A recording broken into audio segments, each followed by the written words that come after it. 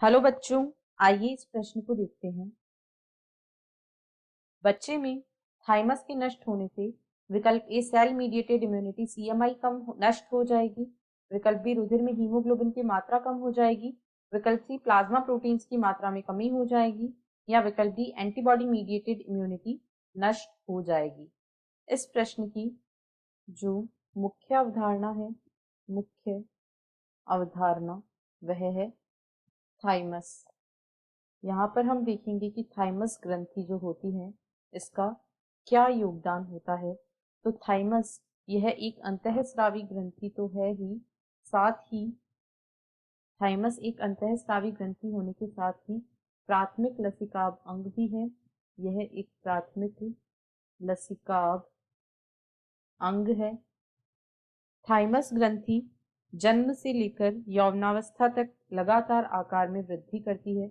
Thymus जन्म से यौवनावस्था तक थाइमस के आकार में लगातार वृद्धि होती है और उसके बाद इसका आकार घटता है। जब यह आकार में वृद्धि करती है तब यह टी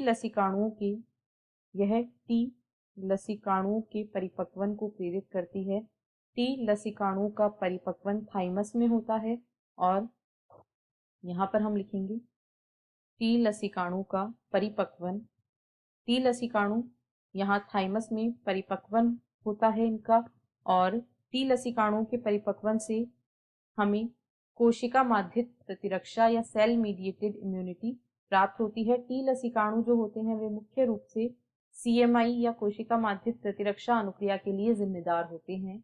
अतः जब थाइमस का आकार बढ़ता है तब यह टी लसिकाणुओं को परिपक्व करके इन्हें द्वितीयक लसिकांगों में भेजती रहती हैं, जिससे जो सीएमआई या सेल मीडिएटेड इम्यूनिटी है उसका विकास होता है और यौवनावस्था के बाद इसका आकार घटता जाता है। इसकी वजह से प्रतिक्रिया अनुक्रियाएं जो हैं वे वृद्धावस्था तक जाते जाते बहुत घट जाती है। अतः यदि बच्चे में थाइमस को नष्ट कर देंगे तो उसमें जो सीएमआई है जो कि टी लसिकाणु की वजह से निर्मित होती है वह नष्ट हो जाएगी। अतः विकल्प ए इस प्रश्न का सही उत्तर है। रुधिर में हीमोग्लोबिन की मात्रा का थाइमस से कोई संबंध नहीं है और ना ही प्लाज्मा प्रोटीन की मात्रा इससे कम होगी और एंटीबॉडी मीडिएटेड इम्यूनिटी इसके लिए थाइमस जिम्मेदार नहीं होता है।